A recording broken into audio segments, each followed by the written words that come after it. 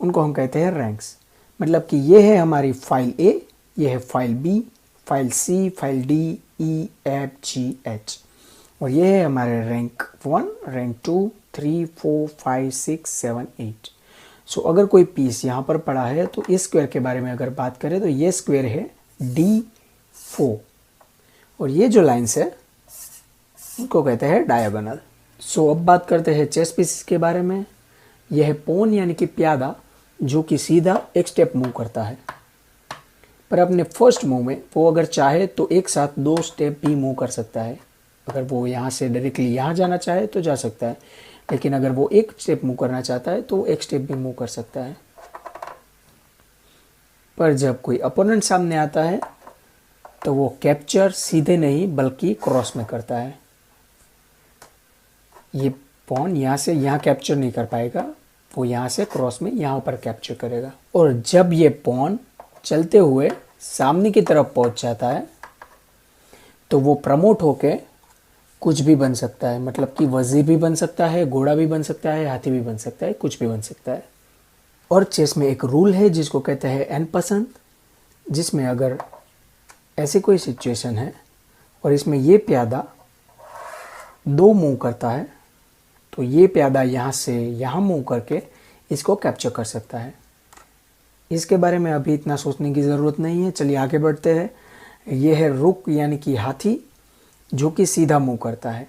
अगर ये यहाँ पर है तो ये सीधे यहाँ से यहाँ या तो फिर यहाँ वर्टिकली या हॉरिजॉन्टली कहीं पे भी मूव कर सकता है।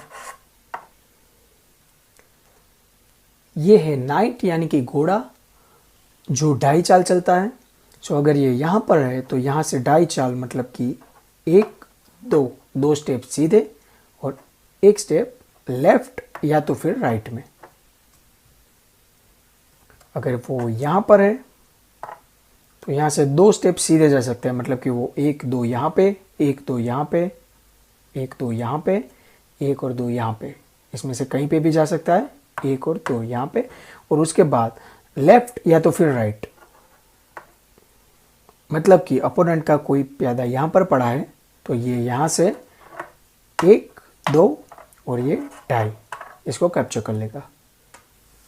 उसके बाद में है बिशप यानी कि ऊंट, जो कि डायगोनली मूव करता है। सो ये यहाँ से डायगोनली कहीं पे भी जा सकता है। सो ओपोनेंट का प्यादा अगर यहाँ पर पड़ा है तो इसको वो डायगोनली यहाँ से कैप्चर कर लेगा। और ये है क्वीन, जो डायगोनली, वर्टिकली, हॉरिजॉन्टली कहीं पे भी जा सकती है, अनलिमिटेड स्टेप्स। सो ये यहाँ से सीधे भी जा सकती है, ऐसे भी जा सकती है और डायगोनली भी जा सकती है। सो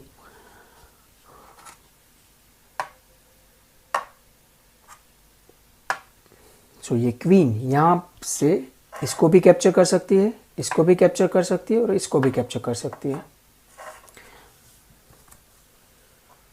और ये है किंग, जो किसी भी डायरेक्शन में 1 स्टेप मूव कर सकता है। सो ये यहाँ से यहाँ यहाँ यहाँ ये किसी भी स्क्वायर में मूव कर सकता है। सो अभी हम चेस अरेंज करना सीखेंगे। सो पहले 2 कॉर्नर्स पे आएंगे रुक यानी कि हाथी, उसके बाद आएंगे घोड़े,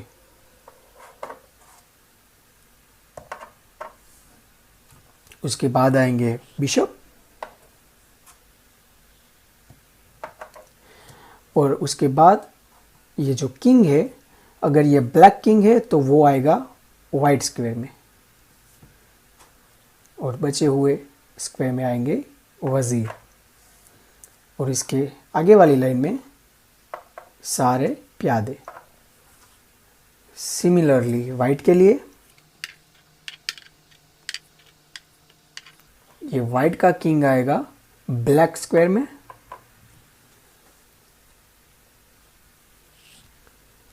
सो अब हमारा पूरा चेस बोर्ड अरेंज हो गया है। और अब हम देखने वाले हैं एक स्पेशल मूव जिसको कहते हैं कैसल यानी कि किलाबंदी। सो अगर आपके किंग को एक भी बार चेक नहीं मिला है और आपका रुक मूव नहीं हुआ है एक भी बार, और इसके बीच में कोई भी पीस नहीं है, तो आप ये कर सकते हैं जिसको कहते हैं कैसल बनाना।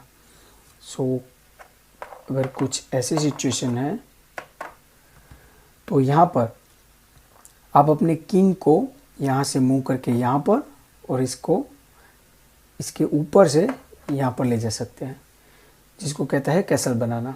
ये आप दोनों ही तरफ कर सकते हैं।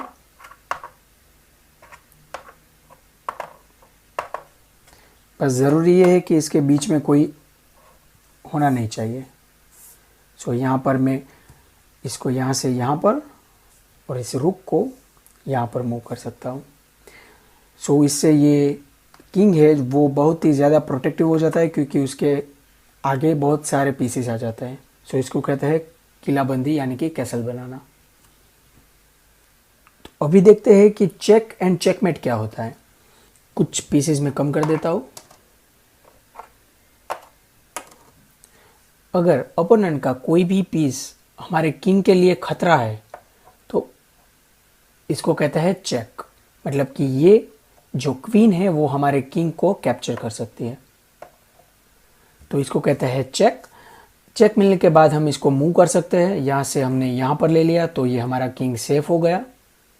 पर अगर कोई ऐसा स्टेप है कि ये जो क्वीन है वो यहाँ पर है और इसके सपोर्ट में कोई यहाँ पर है, तो अभी हम देखें तो ये जो क्वीन है वो हमारे किंग को कैप्चर कर सकती है, और हमारा किंग है वो यहाँ से मूव नहीं कर सकता, क्योंकि यहाँ पर भी वो कैप्चर हो जाएगा, यहाँ पर भी वो कैप्चर हो जाएगा और यहाँ पर भी कैप्चर हो जाएगा। तो इसको कहते हैं check and mate. Game checkmate हो जाती है, उसका मतलब कि जो वाइट है वो जीत गया है और ब्लैक टीम हार गई है।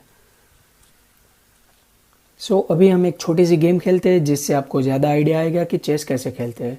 सो चेस की शुरुआत हमेशा वाइट टीम करती है। सो वाइट का कोई भी प्यादा आगे आ सकता है या फिर ये जो घोड़ा है वो आगे आ सकता है, क्योंकि हाथी और ऊंट बाकी सब किसी को भी जम करके आगे नहीं जा सकते, पर ये जो घोड़ा है वो किसी को भी जम करके आगे जा सकता है। तो ये यहाँ से 1, 2 और टाई यहाँ पर मूव कर सकता है। तो इसके बाद ब्लैक का टर्न आएगा। सो हम ये पीस मूव करते हैं, इसको हम 1 स्टेप या तो फिर 2 स्टेप मूव कर सकते हैं। इसके बाद फिर वाइट का टर्न। सो ये इसको भी हम 2 स्टेप्स मूव करते हैं। अभी ये इसको सीधे कैप्चर नहीं कर पाएगा, क्योंकि जो प्यादा है वो क्रॉस में कैप्चर करता है। सो इसके बाद ब्लैक का टर्न है। सो हम इस वजीर को यहाँ से यहाँ पर मूव करते हैं डायगोनली। इसके बाद वाइट का टर्न। सो हम इसको 1 स्टेप मूव करते हैं आगे। इसके बाद फिर ब्लैक का टर्न। सो हम इसको यहाँ से यहाँ पर मूव करते हैं। अभी वाइट का टर्न है। वाइट अभी ये इसको वापस नहीं ले जा सकता, क्योंकि प्यादे हमेशा फॉरवर्ड ही मूव होते हैं, वो वापस नहीं जा सकते। पर ये जो घोड़ा है वो वापस जा सकता है, वो यहाँ से वापस यहाँ पर जा सकता है। इसके बाद फिर ब्लैक का टर्न है।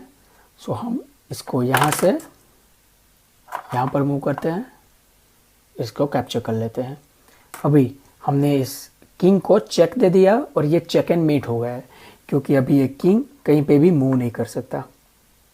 यहाँ पे जाएगा फिर भी वो कैप्चर हो जाएगा। सो अभी इस चेक पोजीशन से निकलने के लिए अगर कोई भी वाइट का पीस अगर वजीर को कैप्चर कर लेता है तो वो किंग को बचा सकता है, लेकिन अभी कोई भी ऐसा पीस है नहीं जो कि हमारे वजीर को कैप्चर कर सके, क्योंकि जो ये ऊंट है वो डायगोनली मूव करता है और ये 2.5 स्टेप लेता है, वो भी कैप्चर नहीं कर पाएगा। ये जो किंग है वो किंग इसको कैप्चर कर सकता है, लेकिन उसके बाद हमने सपोर्ट में यहाँ पर ऊंट रखा है जो कि वापस किंग को कैप्चर कर लेगा। अगर किंग ही कैप्चर हो गया तो गेम खत्म। सो ये हो गया चेक एंड मेट। सो यहाँ पर मैंने आपको पूरी बेसिक्स बता दी है, लेकिन ज़्यादा परफेक्शन के लिए आपको थोड़ी प्रैक्टिकल ट्रेनिंग चाहिए होगी। सो आप चाहिए अपने दोस्तों के साथ 1-2 गेम खेलिए, आई एम श्योर आप बहुत ही अच्छी तरह से खेल पाएंगे। और जब आप एक बार अच्छी तरह से खेलना सीख जाए तो वापस